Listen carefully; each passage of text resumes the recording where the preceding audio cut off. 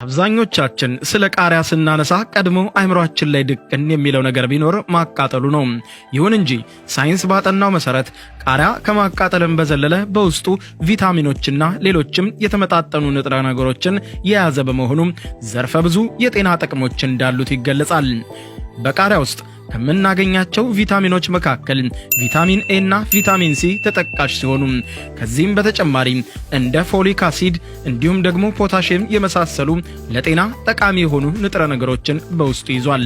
ታዲያ ቃሪያን አዘውትረን በመመገባችን ምን ልናገኝ እንችላለን? የቃሪያ አስገራሚ ጥቅሞች።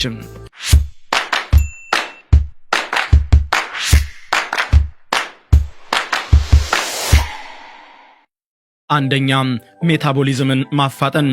ቃሪያ በውስጡ ሜታቦሊዝም እንዲፈጠር የሚያደርግ ካፕሳይሲን በመባል የሚታወቅ ንጥረ ነገርን ስለያዘ ቃሪያን አዘውትረን ከተመገብን የምግብ ዝውውራችን እንዲፈጠር ያደርጋል።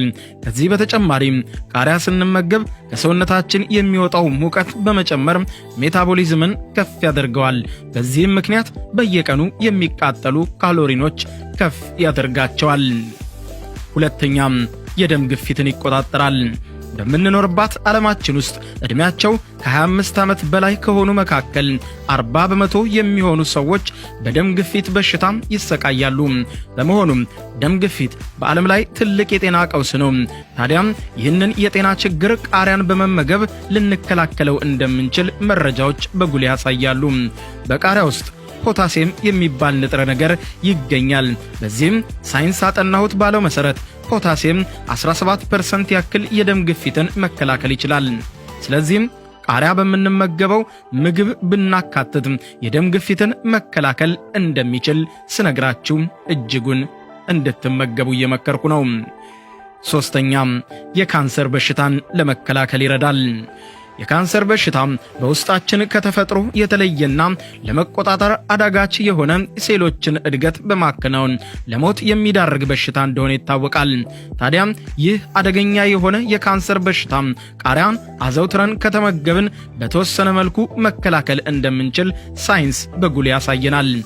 ቃሪያ በውስጣችን የሚካሄደውን ተፈጥሯዊ ያልሆነ የሴሎችን እድገት ስለሚቆጣጠር ብሎም ከተፈጥሮ ውጪ ያደጉትን ሴሎችንም ስለሚገድላቸው ቃሪያን በመመገብ ካንሰርን መከላከልም መቆጣጠርም ይቻላል።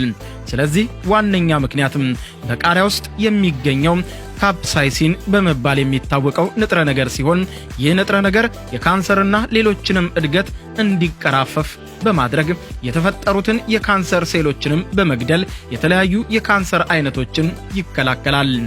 ቃሪያ በውስጡ በሚገኘው ቫይታሚን ሲ እንደ ሆድ ካንሰር፣ የጡት ካንሰር፣ የፊንጢጣ ካንሰር፣ የጉሮሮ ካንሰር፣ የማህፀን በር ካንሰርና ቆሽት ካንሰር ያሉ በርካታ የካንሰር አይነቶችን የመያዝ አደጋን በእጅጉ እንደሚቀንስም በምርምር ተረጋግጧል።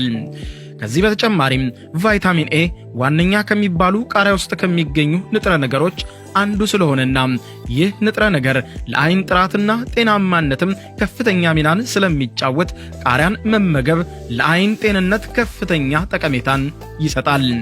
እንዲሁም ቃሪያ የቫይታሚን ሲ እጅግ የበለጸገ በመሆኑ ቆዳችንን ጤናማና የሚያበራ እንዲሆን ያደርገዋል።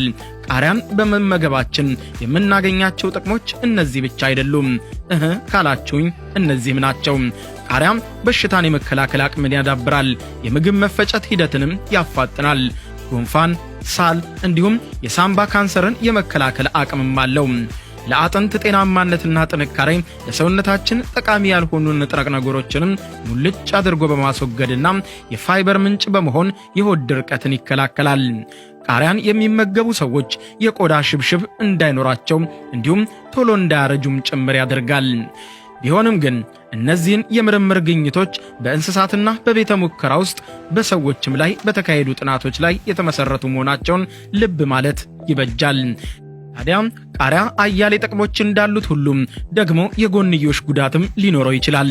በሰው ልጆች ላይ የሚያሳድረው ተጽዕኖ ገና በጥናት ላይ ስለሆነ ቃሪያ ካንሰርን የመከላከል አቅም ምን ያህል % እንደሆነ አልተረጋገጠም። ካንሰርን ግን እንደሚከላከል ተረጋግጧል። የጎንዮሽ ጉዳቱን በተመለከተ የሚወጡ መረጃዎች እስካሁን ያመላከቱት ነገር ባይኖርም ነገር ግን አጥኞች ወደፊት የሚሉንን ደግሞ ተከታትዬ በሌላ የጤና ፕሮግራሜ እንዲሁ ወደ እናንተ ጆሮ የማደርሰው ይሆናል። ቁራን አድማጭና ተመልካቾቼ ቃሪያ እጅግ ዘርፈ ብዙ ጥቅሞች አሉት፣ ተመገቡ። ታዲያ ሁሉም በልኩና በአግባቡ ሲሆን መልካም ነውና በልኩ በአግባቡ እንድትወስዱ መከርኩኝ። ክቡራን ተመልካቾቼ የዛሬው የጤና ፕሮግራም በአጭሩ እንዲተቋጨ ስለተከታተላችሁ እጅግ አድርጌ አመሰግናለሁ። በቀጣይ ፕሮግራም ምን ይዘንላችሁ እንቅረብ? ስለምን መስማት፣ ስለምን ማዳመጥ፣ ስለምንስ መመልከት ትወዳላችሁ? ኮሜንታችሁን፣ ሐሳብ አስተያየቶቻችሁን ከስር አስተያየት መስጫ ሳጥኑ ላይ ሰድራችሁ እንድታስቀምጡ እየጠየቅኩ እዚህ ጋር አበቃው። ቸር ያቆየን።